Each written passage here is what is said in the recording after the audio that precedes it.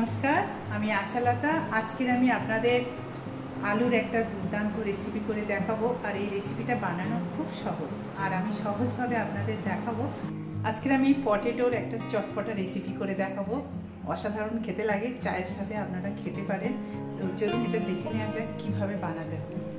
তো প্রথমে আমরা আলুগুলো একটু এই কাঁটা চামচ দিয়ে একটু খুঁচিয়ে নেব তাতে কি হবে এর মধ্যে তেল মশলাটা খুব ভালো ঢুকবে এইভাবে খুঁচিয়ে খুঁচিয়ে নেব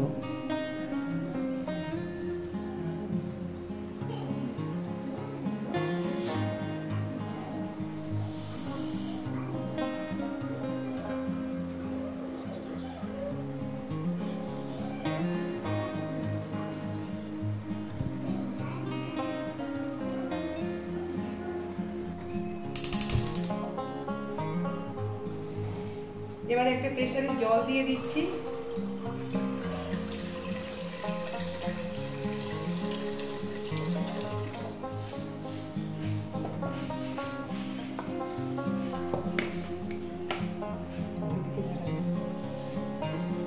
নুন দিয়ে দিচ্ছি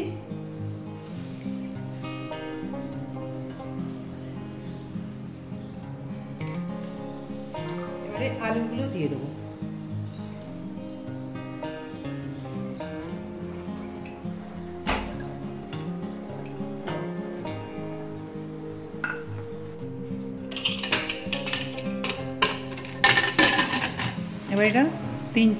এবার এটা তিন চারটে সিটি মেরে নেব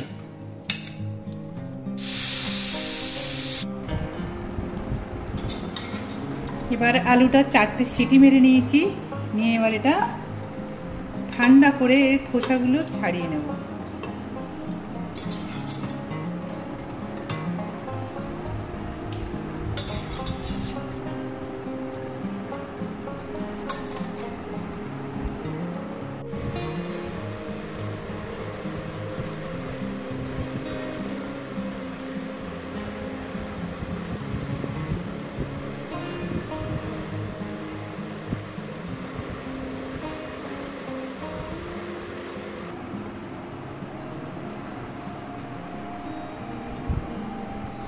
খোসাগুলো ছাড়িয়ে নিতে হবে প্রথমে ঠান্ডা করে তারপরে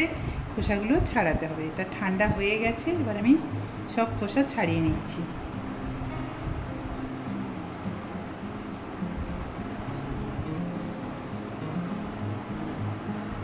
এবারে কড়াই গরম করে এখানে দিয়ে দিচ্ছি সাদা তেলের মধ্যে দিয়ে দিচ্ছি জিরা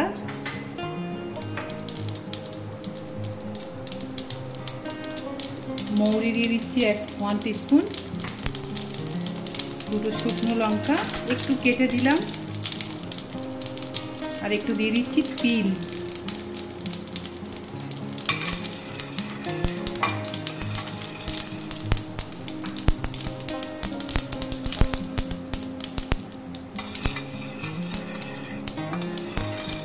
দশ 15 সেকেন্ড ভেজে নিলাম নিয়ে এবার সিদ্ধ করা আলুটা দিয়ে দিচ্ছি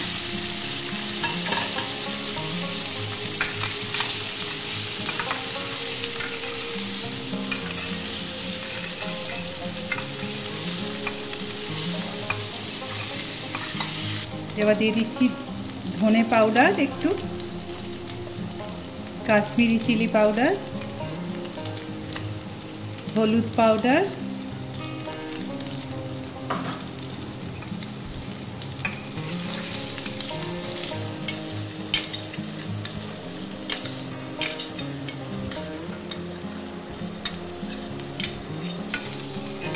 এক দু মিনিট এমনি ভালো করে কষে নিতে হবে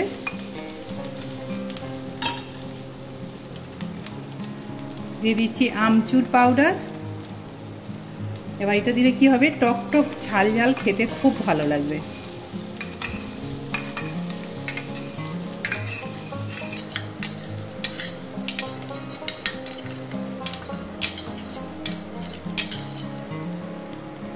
এবার নুন দিয়ে দেবো স্বাদ মতো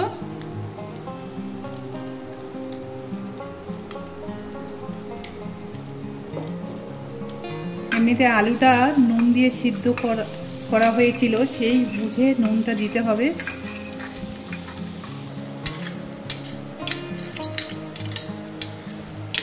এবার অল্প একটু জল দিয়ে দিচ্ছি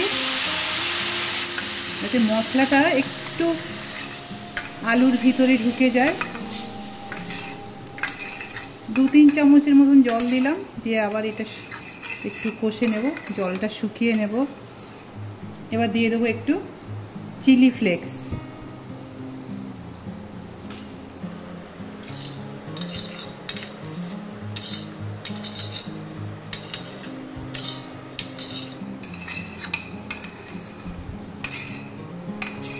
এটা হয়ে গেছে, এবার এটা নামিয়ে নেব।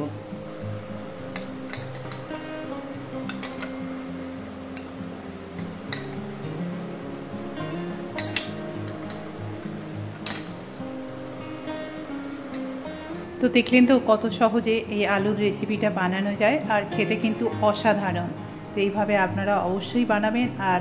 রেসিপিটা কেমন লেগেছে আপনারা অবশ্যই কমেন্ট করে জানাবেন। আমার এই রেসিপিটা যদি আপনাদের ভালো লাগে তো লাইক করবেন, কমেন্ট করবেন, শেয়ার করবেন।